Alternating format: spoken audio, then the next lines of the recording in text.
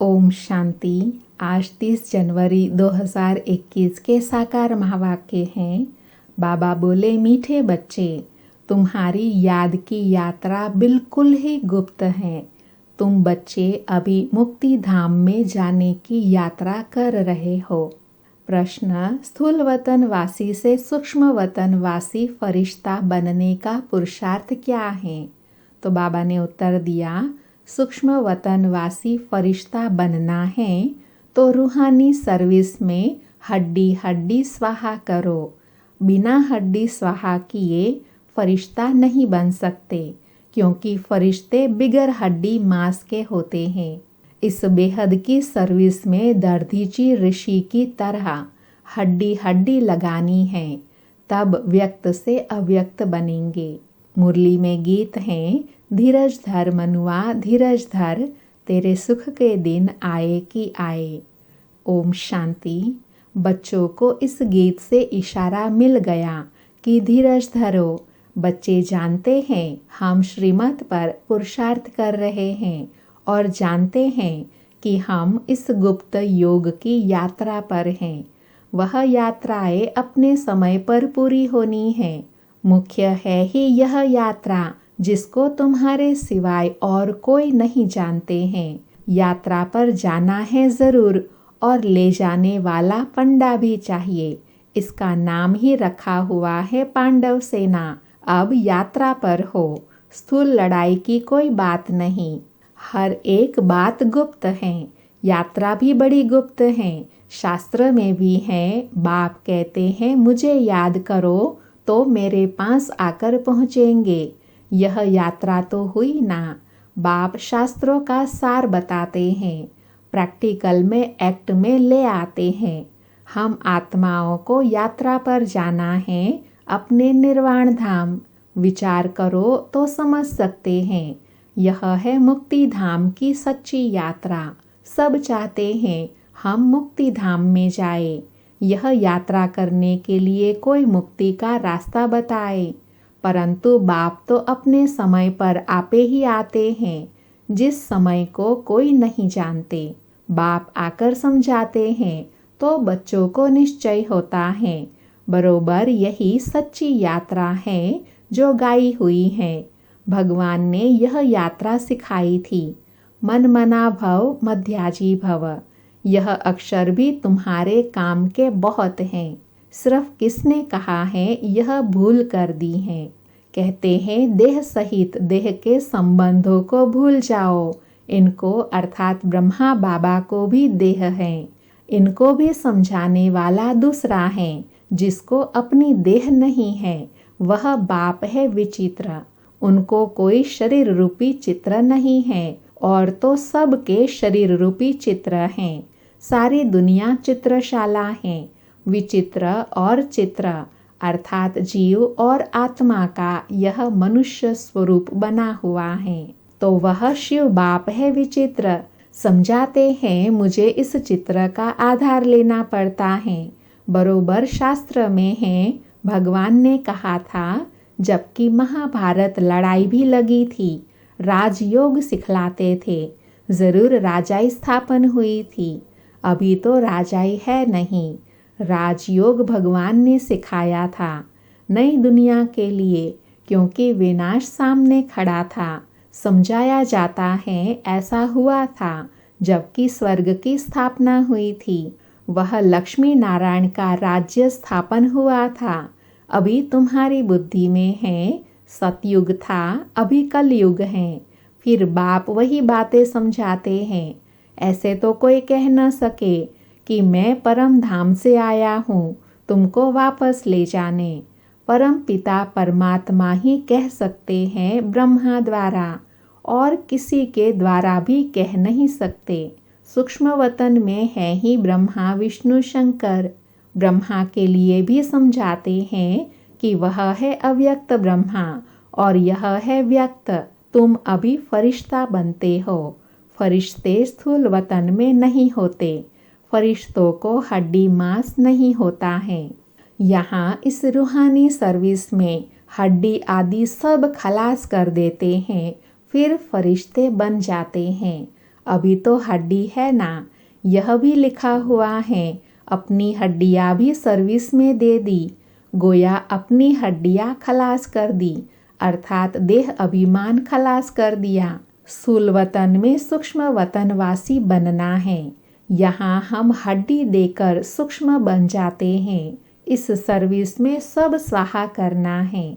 याद में रहते रहते हम फरिश्ते बन जाएंगे। यह भी गाया हुआ है, मिरुआ मौत मल्लू का शिकार। मल्लू फरिश्ते को कहा जाता है। तुम मनुष्य से फरिश्ते बनते हो, तुमको देवता नहीं कह सकते। यहाँ तो तुमको शरीर है ना। सूक्ष्म वतन का वर्णन अभी होता है। योग में रहे फिर फरिश्ते बन जाते हैं। पिछाड़ी में तुम फरिश्ते बन जाएंगे। तुमको सब साक्षात्कार होगा और खुशी होंगी। मनुष्य तो सब काल का शिकार हो जाएंगे। तुम्हारे में जो महावीर हैं वह तो अडोल रहेंगे। बाकी क्या क्या होता रहेगा। विनाश की सीन तो होनी है ना। अर्जुन को विनाश का साक्षात्कार हुआ। एक अर्जुन की बात नहीं है। तुम बच्चों को विनाश और स्थापना का साक्षात्कार होता है। पहले पहले बाबा को भी विनाश का साक्षात्कार हुआ। उस समय ज्ञान तो कुछ था नहीं। देखा सृष्टि का विनाश हो रहा है। फिर चतुर्भुज का साक्षात्कार हुआ। समझने लगे यह तो अच्छा है। विनाश के बाद हम विश्व के मालिक बनते हैं तो खुशी आ गई। अभी यह दुनिया नहीं जानती कि विनाश तो अच्छा है ना। पीस के लिए प्रयत्न करते हैं, परंतु आखिरी विनाश तो होना है। याद करते हैं पतित पावन आओ, तो बाप आएंगे ज़रूर। आकर पावन दुनिया स्थापन करेंगे, जिसमें हम राजाई करेंगे। यह तो अच्छा है ना। पतित पावन को क्यों याद करते हैं? क्योंकि दुख है।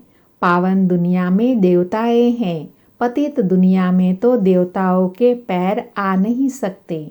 तो ज़रूर पतित दुनिया का विनाश होना चाहिए।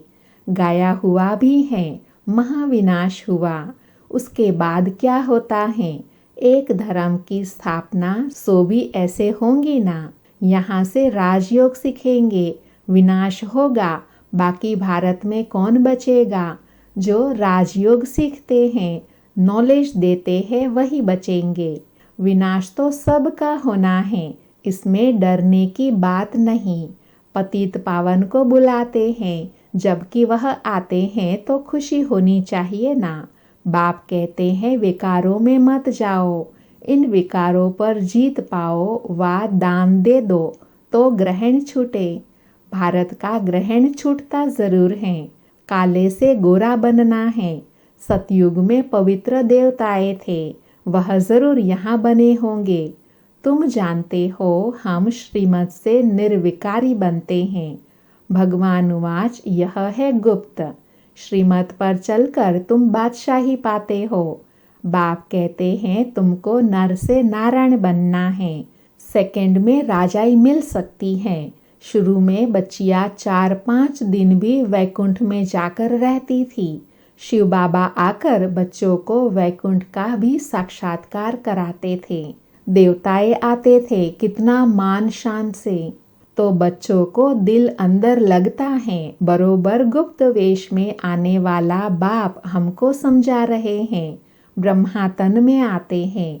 ब्रह्मा का तन तो यहाँ चाहिए ना। प्रजापिता ब्रह्मा द्वारा स्थापना, बाबा ने समझाया है। कोई भी आते हैं तो उनसे पूछो किसके पास आए हो? बीके के पास। अच्छा, ब्रह्मा का नाम कभी सुना है? प्रजापिता तो है ना, हम उनके आकर बने हैं। ज़रूर आगे भी बने थे। ब्रह्मा द्वारा स्थापना तो साथ में ब्राह्मण भी चाहिए। बाप ब्रह्मा द्वारा किसको समझाते हैं? शूद्रों को तो नहीं समझाएंगे। यह है ब्रह्मा मुख वंशावली ब्राह्मण। शिव बाबा ने ब्रह्मा द्वारा हमको अपना बनाया।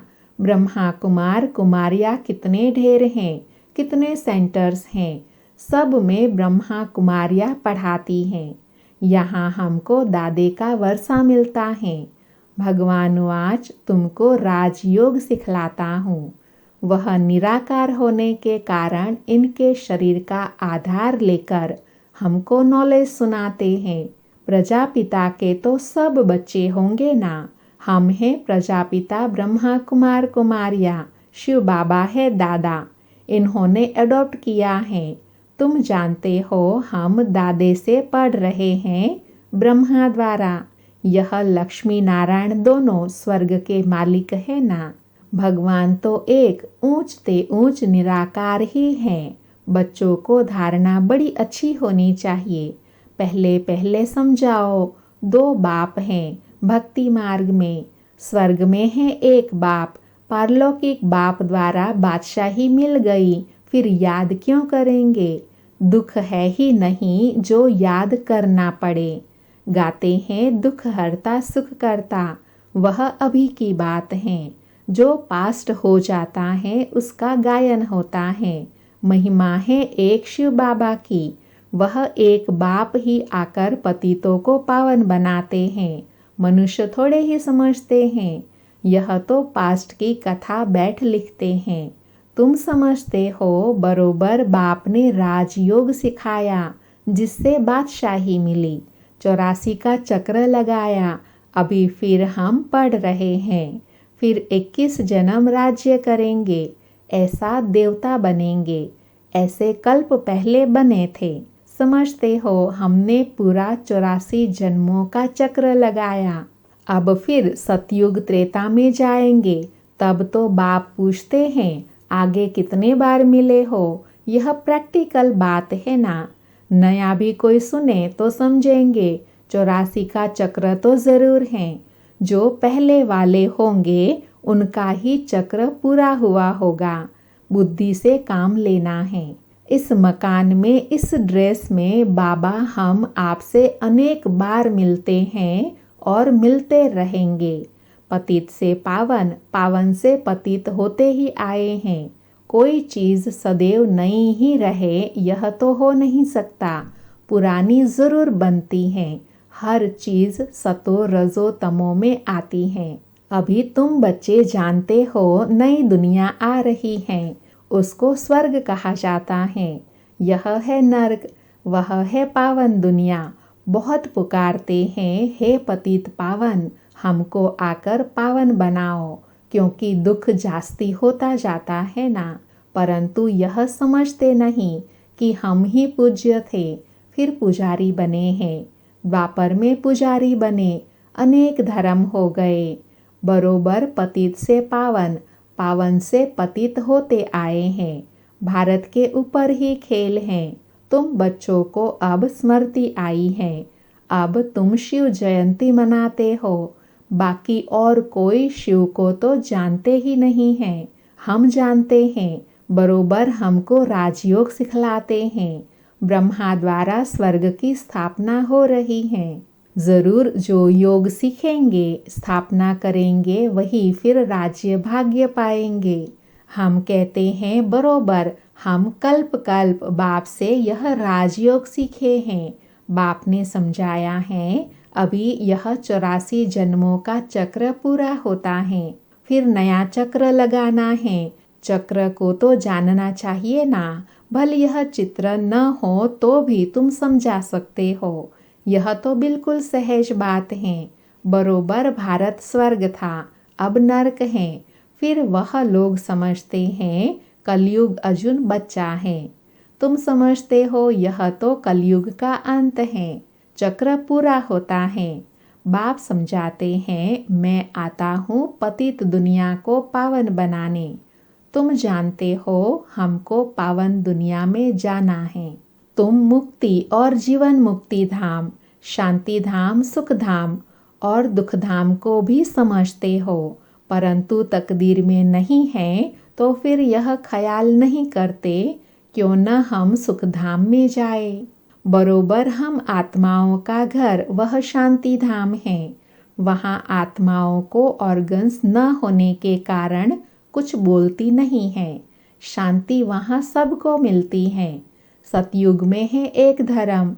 यह अनादि अविनाशी वर्ल्ड ड्रामा है जो चक्र लगता ही रहता है। आत्मा कभी विनाश नहीं होती है। शांति धाम में भी थोड़ा समय ठहरना ही पड़े। यह बहुत समझने की बातें हैं। कलयुग है दुख धाम। कितने अनेक धर्म हैं, कितना हंगामा है। जब बिल्कुल दुख धाम होता है तब ही बाप आते हैं। दुख धाम के बाद है फुल सुख धाम। शांति धाम से हम आते हैं सुख धाम में, फिर दुख धाम बनता है। सतयुग में संपूर्ण निर्विकारी, यहाँ है संपूर्ण विकारी। यह समझाना तो बहुत सहज है ना। हिम्मत चाहिए, कहाँ भी जाकर समझाओ। यह भी लिखा हुआ है, हनुमान सत्संग में पीछे जुत्तियों में जाकर बैठता था, तो महावीर जो होंगे वह कहाँ भी जाकर युक्ति से सुनेंगे, देखेंगे क्या बोलते हैं।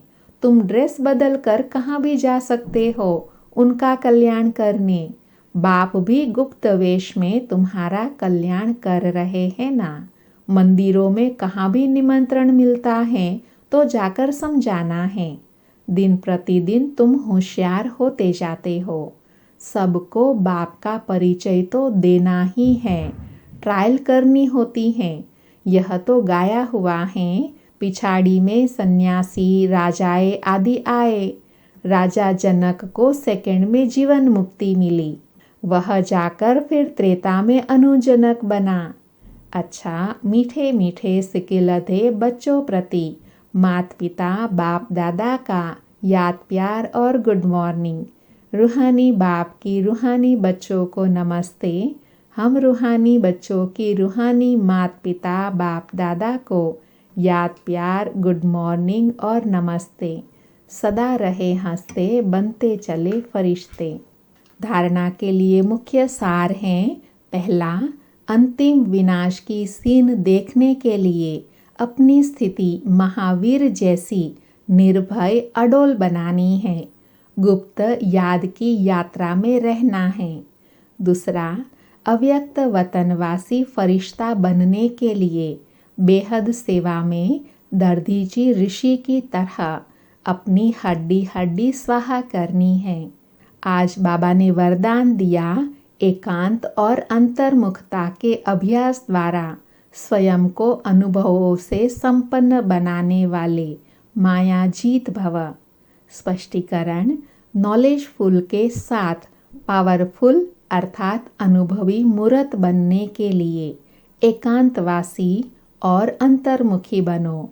डगमग होने का कारण है अनुभव की कमी, इसलिए सिर्फ समझने समझाने वाले या मनन मूर्त नहीं बनो।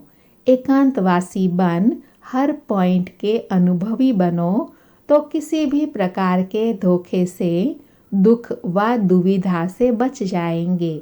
किसका बच्चा हूँ, क्या प्राप्ति है, इस पहले पाठ का अनुभव कर लिया तो माया जीत सहज ही हो जाएंगे।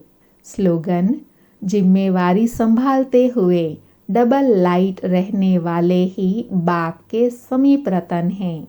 जिम्मेवारी संभालते हुए डबल लाइट रहने वाले ही बाप के समीप रतन हैं। ओम शांति।